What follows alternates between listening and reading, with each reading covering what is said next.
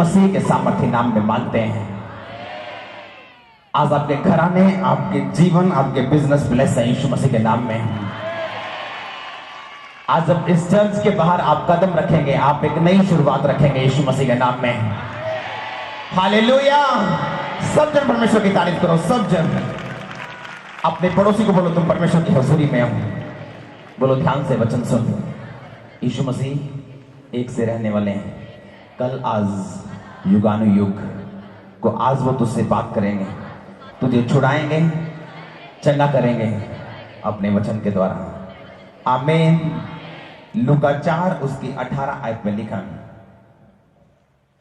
सब ध्यान से सुनना। सब जन अपने एक हाथ को उठाओ, बोलो परमेश्वर आज का वचन मेरी जिंदगी में 100 गुना फल लाए। आमीन।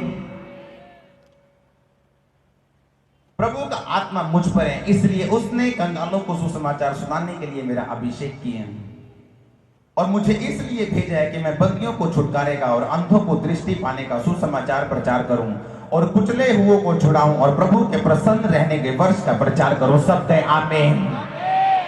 बाइबल में लिखा है, यीशु मसीह ने कहा कि जब वो आराधनालय में थे, लिखा जब वो नासरत में आया जहां पाला पोसा गया था, 16 आयत में लिखा। और जब आराधनालय में पढ़ने की रीति के अनुसार वो खड़ा हुआ तो यशायाह भविष्यद्वक्ता की पुस्तक उसे दी गई और उसने पुस्तक खोलकर ये जगह निकाली जहां ये लिखा था, प्रभु का आत्मा मुझ पे, उसने कंगालों को सुसमाचार सुनाने के लिए मेरा अभिषेक किया। लास्ट आयत में लिखा, प्रभु की मैं कुचले हुओं को छुड़ाऊं और प्रभु के प्रसन्न रहने के वर्ष का प्रचार करूं। अपने पड़ोसी को बोलो, कौन सा वर्ष? प्रसन्न रहने का। आमीन। जब हम बाइबल को पढ़ते हैं हमें नहीं पता कि बाइबल क्या कह रही है। यीशु मसीह ने कहा कि मैं धरती पे इसलिए आया हूं कि परमेश्वर के प्रसन्न रहने के वर्ष का प्रचार करूं। जब परमेश्वर खुश है उस साल का प्रचार करूं। मुझे कभी भी इसका मतलब समझ नहीं आया था। आज आप ध्यान से वचन को सुनना। यीशु मसीह धर्म को बदलने के लिए नहीं, आपके जीवन को बदलने के लिए आए। आमीन। वो धार्मिकता को स्थापित करने के लिए धरती पे आए हैं। बाइबल में लिखा है, यीशु मसीह ने कहा मैं इसलिए आया हूं कि मैं सुसमाचार सुनाऊं, बीमारों को चंगा करूं, कुचले हुओं को छुड़ाऊं और प्रभु के प्रसन्न रहने के वर्ष का प्रचार करूं। पुराने समयों में जब राजा होते थे, अलग अलग सल्तनत में जब राजा होते थे, एक दिन आता था उनके सल्तनत में, उनके राज्य में। जब वो दिन होता था 25 साल या 50 साल, एक दिन आता था जो 25 साल या 50 साल से लोग अपनी एनिवर्सरी मनाते हैं, या 25 साल जो गोल्डन जुबली मनाते हैं, प्लेटिनम जुबली मनाते हैं। कितनों को समझ आ रही है? जो 25 साल बाद आती है, कहीं 50 साल बाद आप देखते लोगों को मनाते हुए। पुराने समय में राजा होते थे जो 25 साल बाद एक वर्ष आता था उनके राज्य में। जब 25 साल के बाद या 50 साल के बाद जब उनको राजा बने हुए या किसी बड़े काम के लिए जब वो चुने जाते थे, तो जब 25 साल पूरे हो जाते थे तो वो पूरे कैदियों को आजाद कर देते थे। जितने भी कैदी होते थे, जितने भी उनके जेल में लोग होते थे, वो उनको छोड़ देते थे। एक टाइम आता था 25 साल के बाद या 50 साल के बाद। इसलिए परमेश्वर यीशु मसीह ने कहा कि जब मैं धरती पे आया हूं, मैं इसलिए आया हूं कि मैं सुसमाचार सुना सकूं कंगालों को। मैं इसलिए आया हूं कि बंदियों को छुटकारे का, अंधों को दृष्टि पाने का सुसमाचार सुनाऊं, कुचले हुओं को छुड़ाऊं और प्रभु के प्रसन्न रहने के वर्ष का प्रचार करूं। इसका मतलब ये वही वर्ष है जिसमें हर एक कैदी छूटेगा यीशु मसीह के सामर्थ्य नाम में। मेरी बात को ध्यान से समझो, मैं पीक पे जा रहा हूं अभी बहुत जल्दी। बाइबल में लिखा है, यीशु मसीह ने कहा ये वो मैं प्रभु के प्रसन्न रहने के वर्ष का प्रचार करने के लिए धरती पे आया हूं। यानी ये वो वर्ष है जिसमें सारे कैदियों को छोड़ दिया जाता है, सारे पापियों को छोड़ दिया जाता है, सारे अंधों को छोड़ दिया जाता है और उन्हें आजाद कर दिया जाता है। अगर आज आप पहली बार आए हैं तो मैं आपको सुसमाचार देना चाहता हूं कि आज आपके छूटने का दिन है यीशु मसीह के सामर्थ्य नाम में। आज वो साल है, बाइबल में लिखा है, प्रभु के प्रसन्न रहने का वर्ष। यानी वो साल जिसमें सारे कैदी छोड़ दिए जाते थे, सारे बलात्कारी छोड़ दिए जाते थे, सारे रेप करने वाले, सारे चोर डाकू सब छोड़ दिए जाते थे, क्योंकि वो 25 सालवा दिन होता था। 50 साल के बाद वो दिन आता था और बाइबल में लिखा प्रभु के प्रसन्न रहने के वर्ष के बारे में प्रचार करने के लिए यीशु मसीह धरती पे आए। इसका मतलब ये, जब प्रभु यीशु मसीह धरती पे आ चुके हैं, उसने लिखा अब तुम्हारे पापों को मैंने उठा लिया है, तुम्हारे पाप तुम्हारे नहीं है, तुम्हारी बीमारियां तुम्हारी नहीं है। बाइबल में यीशु मसीह लिखा मैं तुम्हें आजाद करने के लिए आया हूं और वो आजादी जो प्रभु के प्रसन्न रहने के वर्ष के प्रचार करने की आजादी मैं तुम्हें बताने आया हूं। आज जितने लोग यहाँ पे नए और यीशु मसीह को नहीं जानते हैं, आपके लिए खुशखबरी है, आपको अपनी बीमारियां ढोने की जरूरत नहीं, आपको अपने पाप ढोने की जरूरत नहीं। बाइबल में लिखा है 2000 साल पहले यीशु मसीह धरती पे आए, हमारे पापों को, गुनाहों को क्रूस पे लिया, मारे गए और तीसरे दिन मुर्दों में से जी उठे। लिखा वो प्रभु के प्रसन्न रहने के वर्ष का प्रचार करने के लिए आए। आज वही वर्ष है, ये वही वर्ष है जिसमें आप आजाद हैं यीशु मसीह के सामर्थ्य नाम में।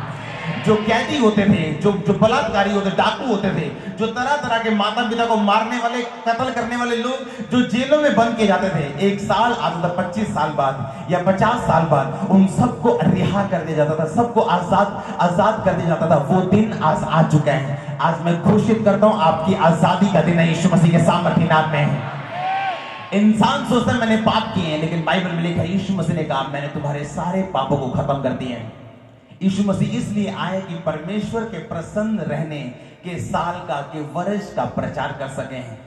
आप किसी भी बंधन में क्यों नहीं है। जब मैं आज से 10 साल पहले प्रभु में आया था, मैं जानता था मैं एक कैदी था, लेकिन परमेश्वर में जब मैंने वचन को पढ़ा कि अब मुझे कैद रहने की जरूरत नहीं, मुझे बीमार रहने की जरूरत नहीं, मुझे गरीब रहने की जरूरत नहीं। बाइबल में लिखा कि वो कंगालों को सुसमाचार सुनाने के लिए आया। क्यों? मुझसे बात करो, कंगालों को उसने सुसमाचार सुनाने के लिए क्यों धरती पे जन्म लिया? ताकि वो कंगाल रहे। क्यों? ताकि वो कंगाल ना रहे। लिखा वो अंधों को सुसमाचार सुनाने के लिए आया। क्यों? ताकि अंधा रहे नहीं, ताकि अंधा दृष्टि पाए, ताकि पापी आजाद हो। ये है प्रभु के प्रसन्न रहने के वर्ष का प्रचार करना। अगर आज आप पहली बार यीशु मसीह को सुनने के लिए आए तो आपको खुशखबरी ये है, आप आजाद है आज से यीशु मसीह के सामर्थ्य नाम में।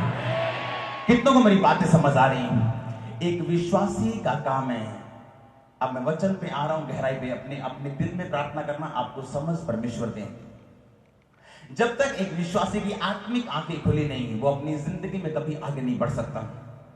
आप जानते हैं आप एक लड़ाई में हैं और शैतान आपका दुश्मन है, जो नहीं चाहता आप आनंदित रहें, वो नहीं चाहता आप जीत में चले, वो नहीं चाहता आप हमेशा परमेश्वर के आशीर्वाद में चले।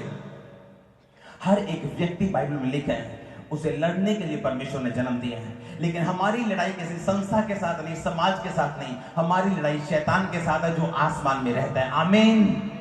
बाइबल में लिखा है पहला शमूएल 9 जब उसकी 16 आयत को आप पढ़ते हैं, अपने हाथों को उठाओ, एक बार बोलो परमेश्वर आज का वचन मेरे हृदय में बोया जाए और मेरे हृदय में 100 गुना फल लाए। मैं इस वचन को सुनने वाला नहीं, सिर्फ सुनने वाला नहीं, इस वचन पे चलने वाला बन जाऊं। बोलो परमेश्वर आज इस वचन को सुन के मैं अपनी जिंदगी में चंगाई को पाऊं। अपने हाथों को उठाओ, अंगीकार करो 1 मिनट के लिए। मेरा घराना चंगाई को पाए, अंगीकार करो 1 सेकंड के लिए प्रार्थना को ऊंची आवाज में, अभी ऊंची आवाज में बोलो मेरा घराना चंगाई को पाए। अभी ऊंची आवाज में अंगीकार करो इन शब्दों को 2 मिनट के लिए। मैं जानता हूं परमेश्वर आपको आगे लेके जा रहे हैं।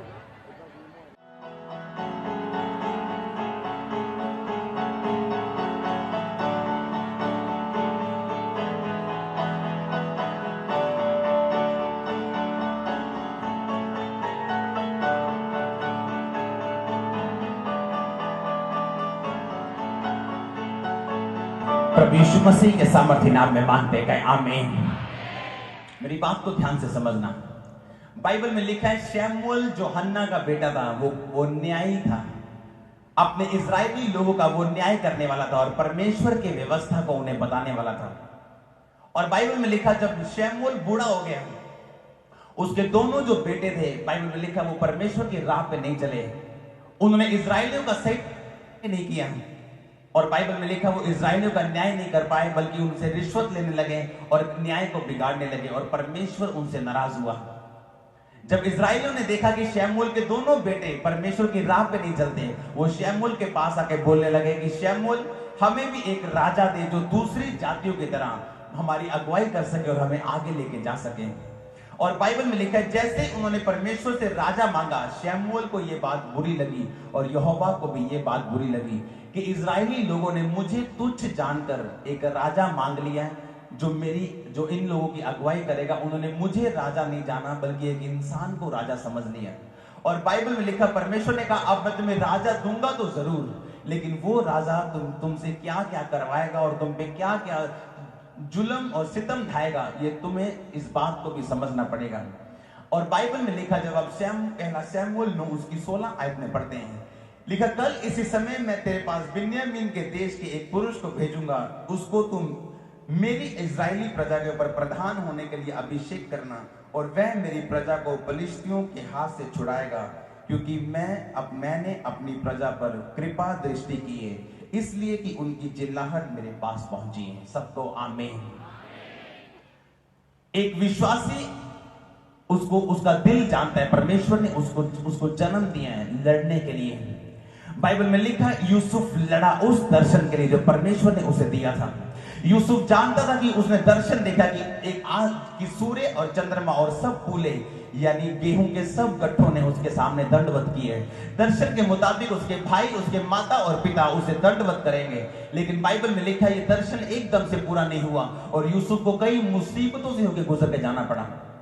कितनों को याद है, बाइबल में लिखा, जब मूसा और हारून जब इजरायली लोग लड़ रहे थे कनान देश में जाने के लिए, एक जाति के साथ उन्होंने लड़ना शुरू किया, और जब जब मूसा अपने हाथ को उठाता था तब तक वो लोग जीतते थे, और जैसे ही वो अपने हाथ नीचे कर देता था वो लोग हारना शुरू हो जाते थे। कितनों ने पढ़ा ये बाइबल में लिखा, जब मूसा प्रार्थना करता था, उसके इजरायली लोग लड़ रहे हैं और मूसा प्रार्थना करता था, जैसे ही मूसा अपने हाथ उठाता था, लिखा इजरायली लोग उन पर प्रबल होते थे यानी जीतना शुरू करते थे, और जैसे ही उसके हाथ नीचे होते थे दूसरे लोग इजरायलियों पर जीतना शुरू कर देते थे।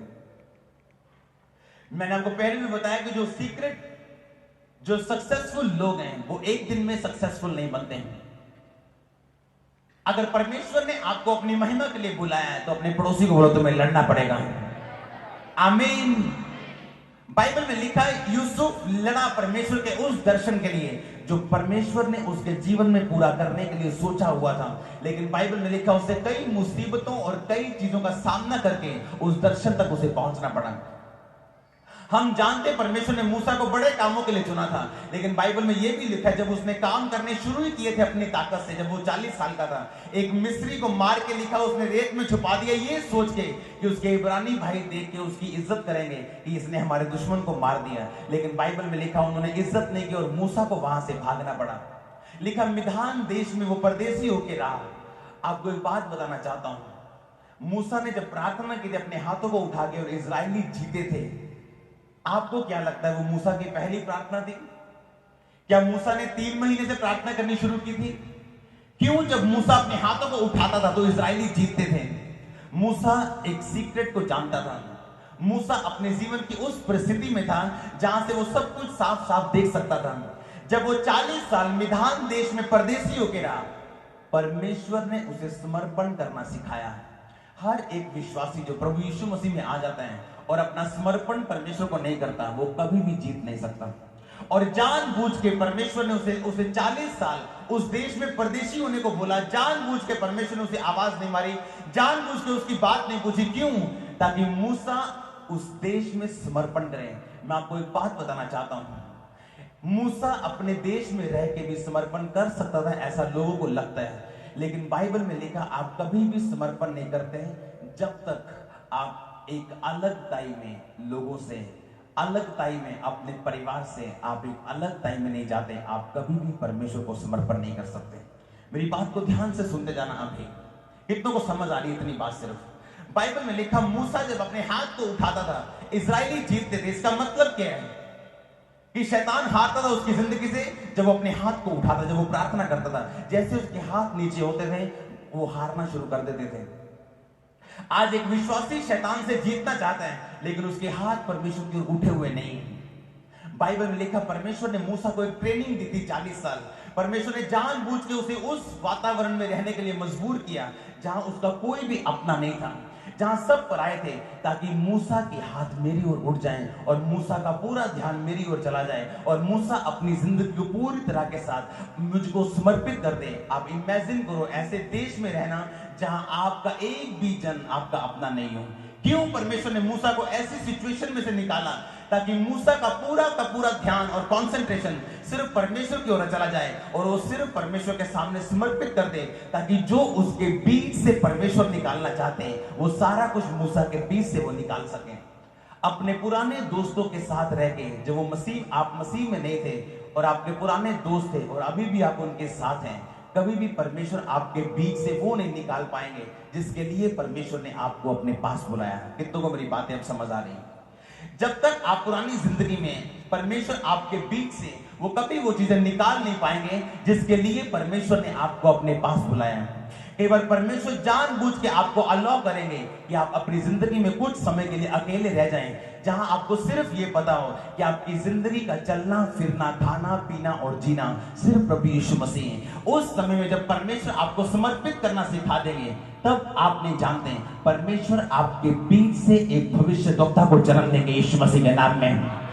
आप परमेश्वर की योजना को कभी भी अपनी खुली आंखों से नहीं समझ सकते, इसलिए बाइबल में लिखा आपको आत्मिक आंखों की जरूरत है। ध्यान से इस बात को समझना। चाहे परमेश्वर ने, बाइबल में लिखा 16 आयत में कि परमेश्वर ने कहा इस्राएलियों को कि मैंने तुम्हारी चिल्लाहट को देखा है, अब जो राजा मैं भेजूंगा वो तुम्हें छुड़ाएगा। लेकिन परमेश्वर ने यह भी बता दिया कि वो राजा तुम्हारे साथ क्या क्या करेगा। इस बात को ध्यान से समझना। कुछ लोग बोलते हैं कि परमेश्वर क्यों, मैं आपको बताता हूं क्यों। कुछ लोग बोलते हैं परमेश्वर नहीं, मुझे इसी जगह पे रहना है, मुझे इसी लड़की से शादी करनी, मुझे इसी लड़के से शादी करनी, मुझे यही बिजनेस चाहिए, मुझे यही चीज चाहिए।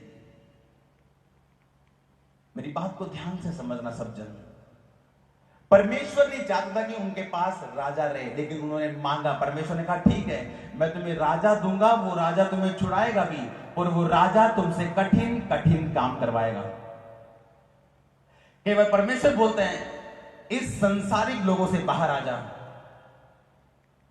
ऐसे लड़के लड़कियों ने प्रार्थना कर सुना, नहीं मैंने उसी नॉन बिलीवर के साथ शादी करनी। परमेश्वर, आप जब मांगते हैं कि आपकी शादी उसी के साथ होनी चाहिए, परमेश्वर आपकी शादी कर सकता है उसी के साथ, लेकिन जो रिजल्ट आपको आने वाले हैं वो कभी भी चेंज नहीं होंगे। याद रखो। आज का वचन ध्यान से सुनना, मैं आपको बता रहा हूं, कितनों को समझ आ रही है। उन्होंने कहा नहीं हमें राजा चाहिए, परमेश्वर ने कहा राजा मत मांगो। उन्होंने कहा नहीं हमें राजा चाहिए, परमेश्वर ने कहा ठीक है मैं तुम्हें राजा दूंगा, वो तुम्हारे बच्चों से मजदूरी करवाएगा, तुमसे ये लेगा, तुमसे वो लेगा, तुमसे रथ जुतवाएगा, तुम्हें छुड़ाएगा भी बैरियों के हाथों से, लेकिन ये सब काम अब तुम्हें सहने पड़ेंगे क्योंकि तुम्हारी चॉइस जो है वो बुरी है। बाइबल में लिखा इस्राएलियों ने एक बार कहा परमेश्वर हमें मांस चाहिए, और कुड़कुड़ा के बोला। परमेश्वर ने कहा मैं तुम्हें मांस तो मैं तो तुम्हें दूंगा, लेकिन बाइबल में लिखा परमेश्वर ने उन्हें मांस तो दिया पर उनके प्राणों को सुखा दिया। एक विश्वासी जन जो है, अगर वो अपने आत्मिक जीवन को ध्यान से समझे, परमेश्वर ने किस बुलाहट के साथ उसे अपने पास बुलाया है, उसे इस बात को समझना चाहिए कि उसका ध्यान सिर्फ परमेश्वर की पवित्रताई पे रहना चाहिए। एक विश्वासी के जीवन में जब पाप आते हैं, पाप शैतान की रोटी, अपने पड़ोसी को बोलो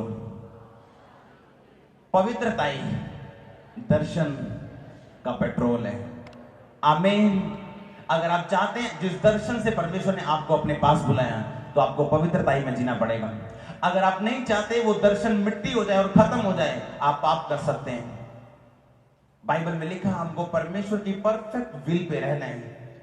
कि वह परमेश्वर बोलता है इन लोगों से अलग हो जा, परमेश्वर बोलता है इन स्थान से अलग हो जा।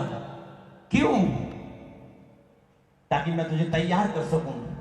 मूसा को परमेश्वर ने 40 साल इसलिए अलग कर दिया ताकि मूसा का उस देश में कोई ना रहे और मूसा का ध्यान सिर्फ मेरी ओर हो जाए। और इसी चीज ने मूसा को प्रार्थना करना सिखा दिया। एक इंसान कभी भी प्रार्थना वाला जीवन प्रभु से नहीं ले सकता अगर उसने अपनी जिंदगी में डाउनफॉल ना देखा हो, अगर उसने अपनी जिंदगी में विरोध और सताव ना देखा हो। जब तक वो इस पोजीशन में ना पहुंचा हो जहां उसने ये अंगीकार ना किया हो कि परमेश्वर मेरे जीवन में अब सिर्फ और सिर्फ तू है, मेरा जीना मरना खाना और पीना तू है। कितने मेरी बातों को समझ रहे हैं? अगर आप एक विश्वासी के तौर पे इस जगह नहीं पहुंचे जहां मैं बात कर रहा हूं, इसका मतलब अभी आपने कुछ नहीं देखा है मसीह में। परमेश्वर के सामने जब आप जाओ, देखा तुम्हारे शब्द थोड़े हों। इस्राएल ने गलती की राजा मान के, परमेश्वर ने राजा दिया तो सही, लेकिन उस राजे ने उससे कठिन कठिन काम करवा के उनकी जिंदगी को खराब भी किया, लेकिन उनको छुड़ाया भी। बाइबल में लिखा है परमेश्वर ने मूसा को जानबूझ के मिधान देश में रखा कि 40 साल मूसा वहां रहे और अपनी जिंदगी को समर्पित करे परमेश्वर के सामने। अगर आप ध्यान से बाइबल पढ़ेंगे, जितने परमेश्वर के विश्वासी जन हैं, अब्राहम को परमेश्वर ने कहा, अब्राहम अपने घर से, अपने परिवार से, अपने कुटुंब से चला जा और उस देश में जा जो मैं तुझे दिखा रहा हूं। अगर हम मूसा को देखें, परमेश्वर का मूसा को भागने के लिए परमेश्वर को मजबूर करना पड़ा, और बाइबल में लिखा 40 साल वो उस देश में परदेसी होकर रहा। आज लोग डरते हैं कहीं परमेश्वर के कारण उनकी भुआ उनको छोड़ के ना चले जाए, कहीं उनके रिश्तेदार उनको छोड़ के ना चले जाएं। वो ये नहीं जानते कि ये समय आएगा जब परमेश्वर, आपको ऐसा लगेगा आप अकेले रह चुके हैं परमेश्वर को मानने के कारण, आप अकेले रह चुके हैं परमेश्वर के वचन पे खड़े होने के कारण, लेकिन वो तैयारी होगी आपको एक बड़ी भीड़ बनाने की यीशु मसीह के नाम में। जब बाइबल में लिखा, मूसा नहीं जानता कि वो अकेला है, मूसा जानता कि वो अकेला है, वो देखता वो अकेला है, वो अकेला हो गया मिधान देश में, कोई उसके साथ नहीं है, वो अकेला है, सिर्फ प्रार्थना कर रहा है, परमेश्वर में भरोसा रख रहा है। कोई भी सच्चे मन से और पूरे दिल की ताकत से, आप एक बात तो ध्यान से समझो, एक बच्चे को भीड़ में खड़ा करो उसकी मां के साथ और उसकी मां को भेज दो, वो चिल्लाएगा मां जोर से मम्मी, लेकिन एक एंड की आवाज होती है व्यक्ति में जहां वो पूरी ताकत लगा देता है अपनी, जहां उसे लगता है कि मेरी मम्मी सुनेगी नहीं, वो पूरे पेट गुर्दों से आवाज मारता है वो मम्मी। कितनों को समझ आ रही मेरी बात? जब तक एक विश्वासी इस तरह से परमेश्वर के सामने समर्पित नहीं होता, वो कभी भी परमेश्वर की बड़ी पावर को अपनी जिंदगी में नहीं देख सकता।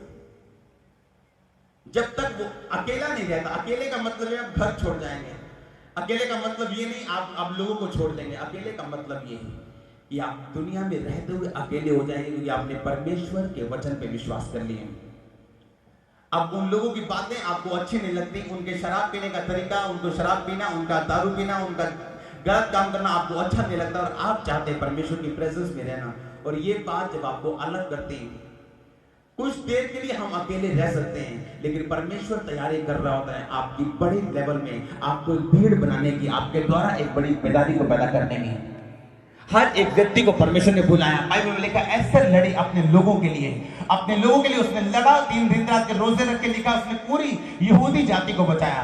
क्या आप लड़ रहे हैं या नहीं लड़ रहे हैं? कुछ लोग अंधे हैं, मैं देखता हूं अपने परिवारों में, वो जानते हैं उनके परिवार में 20 साल से गरीबी है, लेकिन वो अपनी गरीबी से लड़ते नहीं। वो जानते हैं उनके परिवार में गरीबी बीमारी है, ये चीज है, लेकिन वो कभी अपनी बीमारी से लड़ते नहीं। आंखें बंद की हुई है पाप ने। जब इंसान पवित्रता को पकड़ना शुरू करता है, उसकी आंखें खुलनी शुरू हो जाती हैं, उसे कमियां नजर आनी शुरू हो जाती हैं। वो जानता है कि अब मुझे ये कमी दूर करनी है, अब मुझे इस रास्ते में चलना, ताकि परमेश्वर मेरी जिंदगी में वो काम कर सके। कितनों को मेरी बातें समझ आ रही है? जब आप होलीनेस पे चलते हैं, पवित्रताई पे चलते हैं, मैंने कुछ लोगों को देखा, विश्वासियों को, उनके मम्मी पापा गरीब हैं कितने साल से, 20 साल से, और वो मसीह में हैं, और वो खुद भी उन्हीं राहों पे चल रहे हैं। उसका ध्यान भी लड़कियों की तरफ है, उसका ध्यान भी पाप की तरफ है, और उसे ये समझ नहीं आ रही कि ये गरीबी एक श्राप है, अगर 20 साल से मेरी जिंदगी में चल रही है।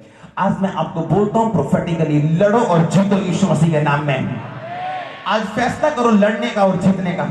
आज से 10 साल पहले मैंने फैसला किया था कि परमेश्वर अगर मेरी जिंदगी में आशीष ना आई तो कैसे लोग समझेंगे कि मैं तेरा हूं, कैसे लोग समझेंगे कि तूने मुझे चुना हुआ है। मैं लड़ा अपनी आशीषों के लिए, पवित्रताई में रहते हुए, अलगताई में रहते हुए भी, बीमारी में रह के भी परमेश्वर की महिमा करते हुए लड़ता गया और लड़ता गया और लड़ता गया, और आज मैं जीत के साथ आपके सामने हूं। आमीन।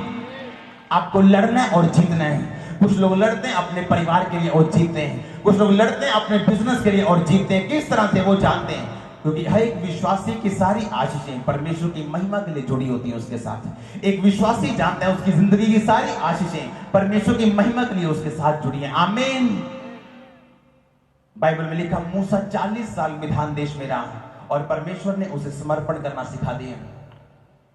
जब वो अलग टाइम में रहा, परमेश्वर ने समर्पण करना सिखा दिया। अब मूसा इतना एक्सपीरियंस इंसान था, अब मूसा इतना हम्बल इंसान था।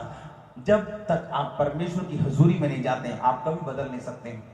मूसा एक कातिल इंसान था, बाइबल में लिखा, वो कत्ल करके मिधान देश में गया, और जब 80 साल बाद वो वापस आया, परमेश्वर ने उसकी एक स्टेटमेंट दी बाइबल में कि मूसा के जैसा नम्र व्यक्ति मैंने अपनी जिंदगी में, परमेश्वर का इस दुनिया में और कोई नहीं। कितनों ने पढ़ा हुआ है? परमेश्वर का मूसा जैसा नम्र व्यक्ति इस पूरी धरती पे और कोई नहीं। एक कातिल नम्र बन सकता है, इस दुनिया में सबसे अधिक नम्र ये परमेश्वर उसे बदल सकते हैं।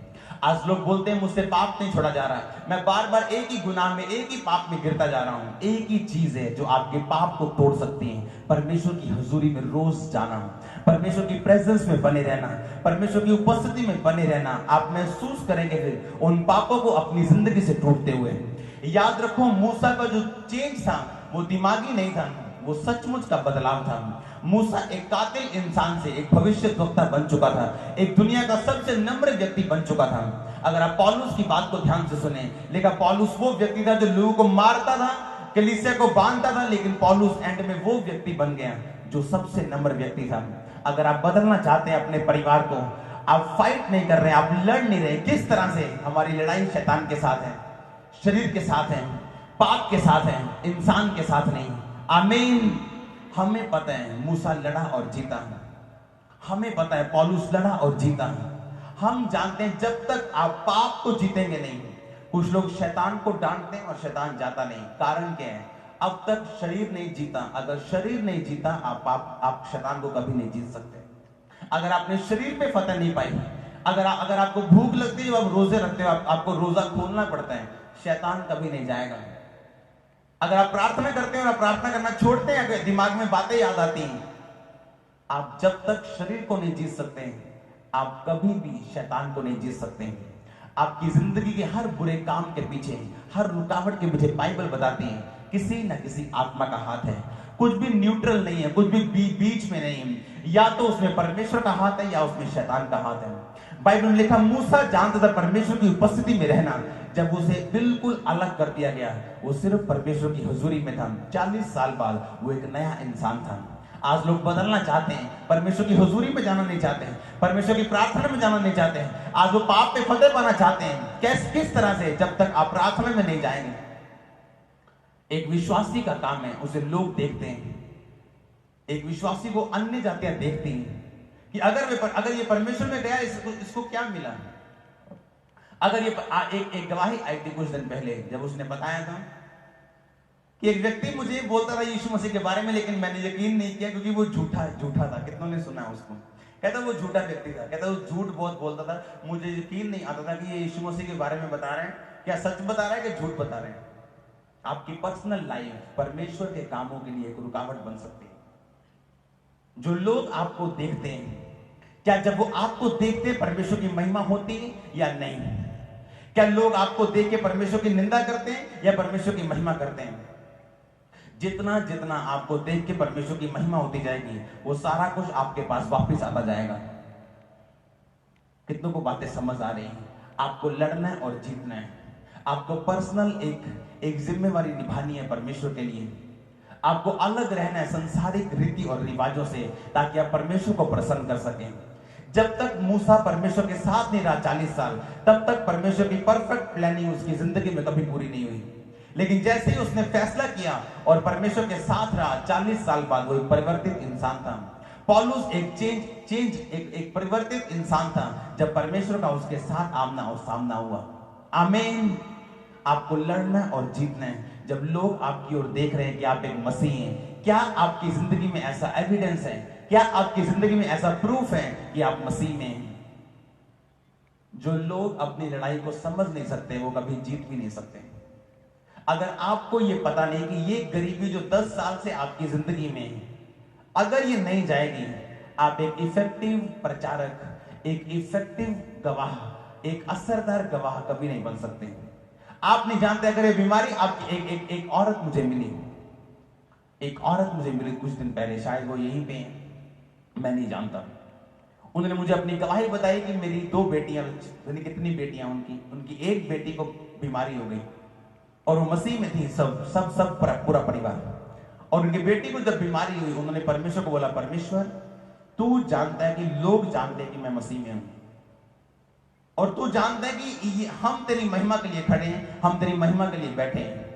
अब उसने कहा कि परमेश्वर, अगर तू जानता है कि हम तेरे लिए खड़े हैं, या तो मेरी बेटी को मौत दे दे और या इसको खड़ा कर दे। क्योंकि अगर ये इसी तरह बिस्तर में पड़ी रही तो लोग मुझे देख के बोलेंगे कि तेरे परमेश्वर ने इसको चंगा क्यों नहीं किया, तू तो खुद बोलती और लोगों को चर्च में लेके जाती, और सब बातें उसके दिमाग में आ रही थी।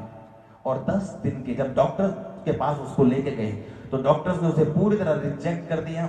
उसको अधरंग का अटैक था, उसका जुबान बंद थी और बिल्कुल वो बेड पे आ चुकी थी। और उन्होंने प्रार्थना की, परमेश्वर या तो इसे मार दे और या इसे पूरी तरह ठीक कर दे। आज वो लड़की पूरी तरह ठीक है। 10 दिन के अंदर, 10 दिन के अंदर। कितनों को मेरी बातें अब समझ आ रही हैं? आपको लड़ना है और जीतना है। अगर आपको अपनी लड़ाई की समझ ही नहीं है, आप कभी जीत के साथ वापस नहीं आ सकते। उस भाई की गवाही को याद रखता था। वो व्यक्ति तो मुझे यीशु मसीह के बारे में बताता था, लेकिन वो खुद अपनी जिंदगी में झूठ बहुत बोलता था, इसलिए मुझे विश्वास नहीं होता था कि ये व्यक्ति मुझे सही कह रहा है या झूठ कह रहा है। आपकी पर्सनल लाइफ जिस तरह की है, आप उतनी अधिक अच्छी रीति के साथ परमेश्वर का काम कर पाएंगे।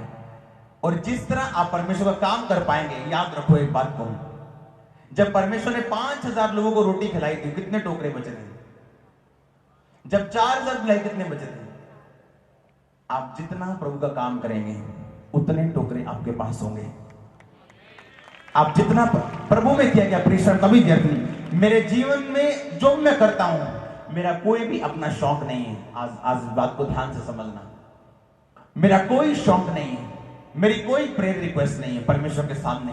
मैं जो भी कर रहा हूं सिर्फ परमेश्वर के राज्य को मजबूत करने के लिए या परमेश्वर के नाम को महिमा देने के लिए। आपको फाइट को समझना है, आपको अपनी लड़ाई को समझना है। मेरी फाइट ये थी जब मैं सेवकाई में आया कि सेवकाइयां डाउन पे डाउन जा रही थी, लोग समझ नहीं पा रहे थे परमेश्वर किस तरह से काम करते हैं। मेरी फाइट ये थी, परमेश्वर को किस तरह से हमने दिखाना है। इसके लिए मुझे प्रेजेंस में जाना पड़े, पाप छोड़ने पड़े, पवित्रताई में रहना पड़े, अंदर कमरे में कितने साल रहना पड़े, मैं रहने के लिए तैयार हूं। आज लोग लड़ाई समझते नहीं कि उनकी लड़ाई है क्या। उन्हें अपने घर में जो गरीबी है, जो एक श्राप है, जिसे देख के दूसरे लोग ठोकर खा रहे हैं, उसे आपको तोड़ना है आज से यीशु मसीह के नाम में। आमीन। आपके परिवार को आपने ब्लेस होते देखना अपनी आंखों के सामने, ताकि आप एक अच्छे गवाह बन सकें। अपने हाथों को उठाओ।